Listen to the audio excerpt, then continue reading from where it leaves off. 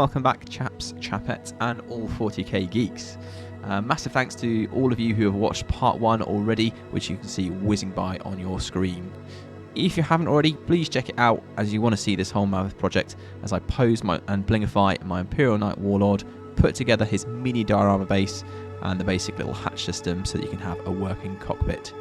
Anyway, that's part 1. Let's slap some paint on this bad boy, shall we? So sadly again, here's the point where I have to apologise, as some of the videos I filmed didn't want to play ball and ended up looking like this. Not great. I say that all apart from this file, who's a very good file and will escape the Emperor's wrath. All the rest bring a certain someone to mind. Is that wise, Captain? Windows does not support this file type. Shut up, Leandros, no one likes you. Right, so to the actual painting. Again, in video 1 I showed that I didn't actually glue any of the armoured plates that you can see currently sat on my desktop down. Instead I just used a bunch of blue tack. That has currently been a huge help because it means that I can paint all the back of these plates as well as get to the skeleton of the knight suit. If you do want to see what it looks like or have a cheeky game or two, like I said, that blue tack will be fantastic, especially if you don't want to wait literally a whole year until you've finished painting the bloody thing. Now, it might look a bit strange starting off with the fact that it's all covered in brown, but because there's a lot of metallics and silvers over the suit, I actually want the chassis to stand out and look fairly worn. So to start with, I've covered every panel, plus the skeleton, all the nooks and crannies in a dark brown paint. For this, I've used GW's Rhinox hide. Once he looks like his head dived into a muddy puddle, I then take good old lead belcher, again GW, and dry brush that all over, leaving some inner areas still showing so that we've got that brown sort of easy old / rusty effect. And this is the outcome. As you can see, it's a little different than just a boring silver body, it just gives my chap a little bit more character. If you'd like, you can also add a little bit of Games Workshop's Nuln Oil Wash on top, which again will further age that metal and also help pick out the details, which I believe has been done post this picture. Probably worth a quick side note here, you should probably notice those awesome little guardsmen on the base are standing out quite a bit from the terrain itself, and that's very much deliberate. So for them I've used a white base coat, and for the scenery I've used a grey one just to aid them standing out once the paint has actually been put on top. Now base coats are extremely important, and there are plenty of better painting channels than me who have done some very clever videos showing the differences between them. Probably worth checking out after this video, of course. So working again with the footage that I've got, sadly, Let me add a little bit of spice to that. which I'm mainly doing with two other colours, Retributor Armour and Balthazar Gold, which if you ask me is very bronzy for a gold, but hey, we'll work with that. Looking over the whole model, you can see these are very much working as accent colours, and any panel or piston that looks like it should stand out, I use one or both of them if it's particularly important or detailed, using them to contrast then off of each other. I've also smashed through all the fiddly pipework and tubing that's on the sort of rib area of the knight body. Here I've just used a mix of bright contrasting colours like your reds, blues, greens and your yellows, and of course because it's me there has to be some hazard stripy tubes. Love me my hazard stripy tubes. Lastly, for the chassis, we'll again use some of that magic liquid, which is a painting wash. This time, however, we'll be using Agract Earthshade because it pairs nicely with the gold / bronze colours that we're using here. You can use Nuln Oil or indeed both together to personal taste. What I'd say is experiment with it and see what you think on some of your own kits. So hopefully we now have a bit of an interesting look to all of those little gubbins that would be overshadowed by all the armour panels we're about to paint up in the future. As you can see, one of my knights is standing proud in the background and has been a helpful reference to make sure that all those random tubes and pistons are all painted up the same way across the army, something that's helpful if you want that uniform look. I do have to say, it's a bit of a shame I didn't keep the original audio here, as I was listening to MGMT's Little Dark Age, which is very oddly linked with 40k apparently, and it did make showing off this model very cool indeed, well, at least to me. So next up we're going to start on our massive base here that we've made, and I won't lie, that's mainly due to the fact I still actually can't decide how to paint the army yet, so I'm kind of putting that off. As I've just pointed out, there are a few finicky bits that might be quite hard to get into, but we'll start with the dirt or soily areas, and to do that we'll be using our nice solid brown paint, that's Rhinox hide again, but also be using Warg flesh and Blood Reaver flesh too. So this is a pretty nice and easy technique of having a natural muddy and slightly moss ridden area. As you can see, I'm slathering on the Rhinox hide here and making sure that it stays nice and wet. Once I've done the big area, what I'm going to do next is to add some of the other two colours onto the still wet paint. Once I've added that, then it's simply the case of just blending it around the edges, and well, I wouldn't quite call this wet blending, kind of more lazy blending, but you'll see it just makes it a little bit more interesting than that flat brown from before.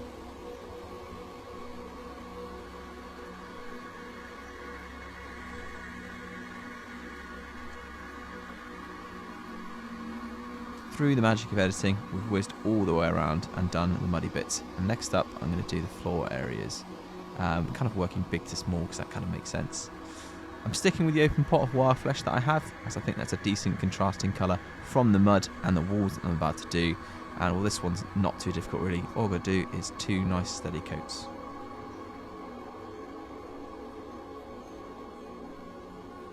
So while I'm getting on with this bit, I've kind of really been thinking about doing some other videos kind of about the things we all experience in the hobby but don't really tend to talk about.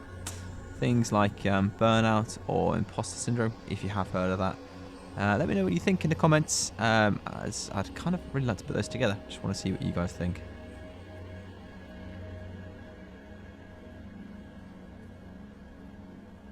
Brill. So again, like a professional, probably kind of forgetting to press record, we have now painted the wall section too, and for that I've used Ushabti, however you call it, Ushabti bone, because that ends up a nice looking wall after we do a bit of muckening and stands out well from the other colours that we've used on the base.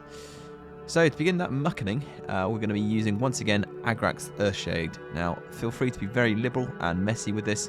Normally you wouldn't want to, like leave big pools and streaks and things, but this will actually add to the patina of the wall and just make it a little bit more interesting. Plus, again, you can just be a little bit lazy, which us hobbyists do all love.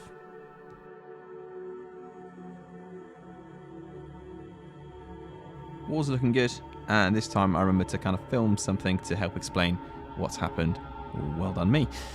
So we've added a few different metallics, lead belcher in the panel gaps and where the sort of structural rebar is, retributor gold for the bolts with a silver centre, and our fake gold, Balthazar gold, on the skull panelly bits. Seems to work well for me. So painting those metallics has given the Agrax Earthshade time to dry nicely, so we're going to re-attack those walls again using Ushabti bone. This time, however, is going to be by dry brushing it back on. So we'll get it onto my brush and start to take it back off using a circular pattern on my cutting board here. Now, big wall sections like these are a really good way to practice dry brushing as a skill, as you really can't go too wrong, asterisk on that. But you can see how the technique works and get some good practice. Again, for big areas like this, I would recommend using a circular pattern, as it means you cover it well, and it also means you'll capture all of the texture of the wall very nicely. What we're looking to see is that the oil stays darkening the recessed areas, and we add something different to anywhere where there's only flat and boring wall. Luckily, and this is why I use this colour combo, at any point if you do feel like you've put on a bit too much, it just tends to look like the actual stone's pattern, or even a little bit of like rubble dust that's covering some of the wall back up.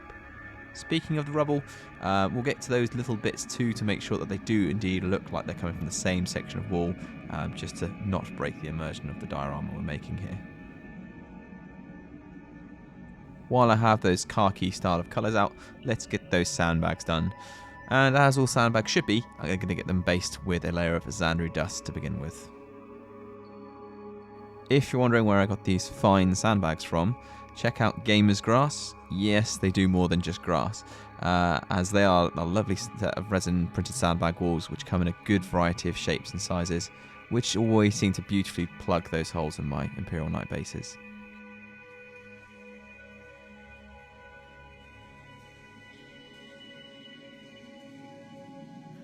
Right, let's keep going with those walls, and we're going to crack out the lead belcher again.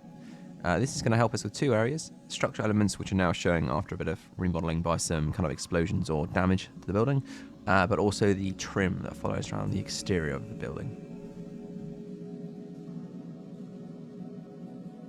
While I'm painting away at this bit, it's probably worth mentioning that Leadbelcher, because it's a metallic, it's another one of those paint pots that you really need to shake up before you use it, because its makeup can easily separate into like a goopy bit and then a shiny runny bit, which you don't kind of want to use. I'm not sure if that's why it's one of those colours that seem to also love gumming up its paint pots around the rim, but then again there are other colours that seem to hate me and want to do that, like bloody Sandery Dust. I can't count how many times I've had to replace and buy those two. I would blame it on some conspiracy theory. It's GW cleverly trying to get you to buy more paints, but that would be very silly and it would make me feel like A, tinfoil hat, but also B, a tinfoil hat reminds me too much of Leadbelcher, and that would make me very sad.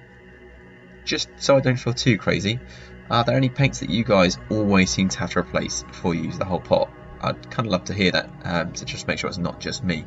So if you fancy commenting, that'd be very interesting.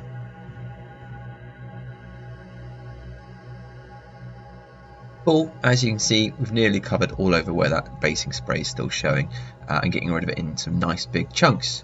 The next bit that we're going to quickly get rid of is going to be the actual base bit that's still showing in the middle there, and that's going to end up being lava. Not going to mess around, really quick, just going to show you what I'm doing. All I need to do to start with is find a nice dark red, which for me I'm going to be using corn red, which by the way brackets, that doesn't make my guy a heretic straight away, just using that colour. And I'm going to use that to cover what's going to be a nice moving stream in the middle between these two island pieces. It's going to be a bit fiddly to get all of the stream here, and if you've looked at some of the other night bases that I've done on my Instagram, you'll notice that I do tend to have just some lava showing at the front or the sides, and clearly I've been a bit ambitious here. Sticking with the red theme, my next task is to make that wall trim a little bit more interesting, and to do that I'm going to get out one of GW's contrast paints, Blood Angels Red. Now this is a technique that I learned after I started my Marine army, and it was so simple and effective that I actually went back over some of the ones that I'd previously done, as it does give you a really fantastic coloured metallic look. I tend to use these on the Polden trim of my Marines, and I've also used them on the trim of a few of my Knights. Again, I would always recommend a bit of experimenting when you can, as this is definitely a massive win that I've found for a bit of playing around. So all we're going to do is just lightly apply this over the top of our metallic bit here. You want to add enough that's going to colour the metal, but if you add too much you'll find that actually that sort of shiny effect doesn't come through. But luckily, because it's a thin paint, all you need to do, if you found you put too much on, just spread it out by having a bit more of a drier brush, and if you put too little on, just add more.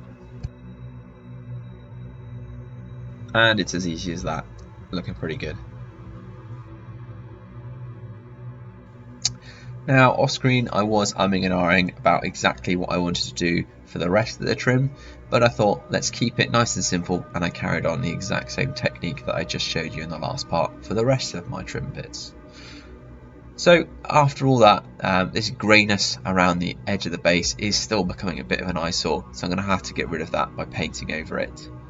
Now, something again I'll recommend when it comes to your base edging, there are two schools of thought. You can either have the same colour for all of your different armies, so for me I use Steel Legion Drab from my Knights to my Marines and also my Orcs, or you could have a different colour for different armies just to split them up a little bit and maybe fit their personalities. I wouldn't however recommend different bases within the same army, and again another plus of having them all the same colour is occasionally GW does let you cross armies, so for example my Knight chap here could be a free blade helping out some of his Imperial buddies. Again, me crossing my fingers, I hope we have soup armies where you could have Guard running alongside Marines, which again if they're all based the same just helps the armours tie in together very nicely.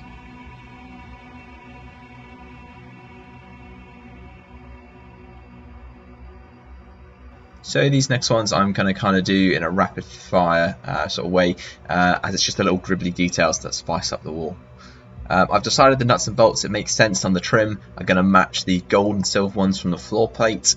and then we're going to use this panel section on the side of the wall. And what I'm going to do is I'm going to start off with these big box bits here, just going to make them green, as that's a nice militaristic kind of colour. And it also allows me to break up the metallics that I'm going to use around them. So on that point, I know I've sort of spoken to a couple of painters before who look at GW models and think they're way too detailed, and I don't know how to split these up. I mean, I've certainly had that problem when it comes to painting orcs. Again, if you look at some of the orcs that I've painted before, there are so many little bits and bobs for you to make decisions on, and you can kind of get decision paralysis. What I do here, it's a nice simple way of me not being able to think about what I'm doing, just slap some paint on. So like I said, we have those green boxes, and that just allows me to then space out the bronze, gold and the silver that I'm about to put on. Beyond that, all I'm trying to do is to spread out these three colours, so that if there's something interesting, it isn't gold on gold or silver on silver. That way that you can highlight this part of the box opposed to that other bit, or just something that looks like it's different to the rest of its surroundings.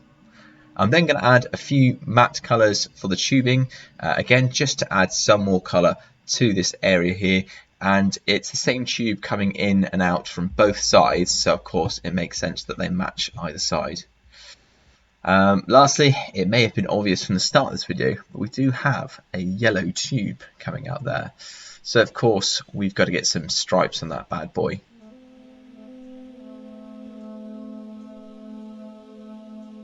Right, so we can see the finishing line for our episode from here. Next up is to get rid of that last bit of showing primer, which is going to be by painting grey on top of grey, very excitingly. To paint this big dusty rubble pile, I'm going to start off with Mechanica Standard Grey, which is a reasonably light kind of colour. And I'm going to slap that on all over, just avoiding those khaki bricky bits that I've already painted. And well, when that's done, that means we technically have a battle-ready base, so well done us. But I'm not going to leave it there. Let's add on some magic juice, otherwise known as Agrax Earthshade. And that's going to pretty much go on everything bar the wall bit that I've nicely oiled and dry brushed already. So, quick one, using the same oil is going to be very helpful over all the different bits, because that is just going to help tie everything together, because it will all have the little tinge of the same brown to it. So very useful when it comes to oils. Whilst that's drying, we're going to do a bit of highlighting, and on top of our columns here, there looks like there's some showing concrete of the inside or some rubble. So again, I'm just going to give that a touch up with some grey, same as before. Through the power of editing, the oil is now dry, look at that, and we can start to dust this baby up. This is going to be through a combination that I regularly use on my city style bases, because there are very rarely any 40k cities you play on that aren't just covered in a bucket full of dust and debris. This is going to be starting with a lighter grey, Dawnstone in this case again, and put that all over the pile in the corner to add some texture, and then start to see that on the floor plates, a little bit up the wall and a tiny bit on the very bottom of our sandbags. Once the grey is dried, we're then going to add Ushabti Bone, which does two things. First off, again, it helps tie the setting together. So because I've used it on the wall, and it makes sense that the wall is the thing that's causing the dust, that'll just bring it together. But also, it just gives our dust a little bit more texture. You'll notice that on the rubble pile, but also across the flat floor plates, which would be very boring by themselves. Plus, also where dust would naturally gather together, you can use that to make this look like it's a bit of a thicker dust. And finishing off, we're just going to make sure that we don't miss the tops of our columns, and we can also make those sandbags look a hell of a lot more realistic by dry brushing them at the same time, so they've got that lighter sandy colour that they definitely should be.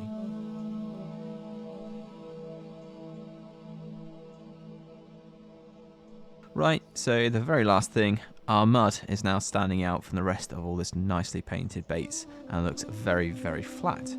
So we're going to give it some texture, and how we're going to do that is by the same technique. It's just going to be some more dry brushing, but this time with some chocolatey brown Blood Reaver flesh that we used before to give it a bit of variety. You can also spot that I've stuck down some of the sticky bottom grass tufts that I got from Army Painter.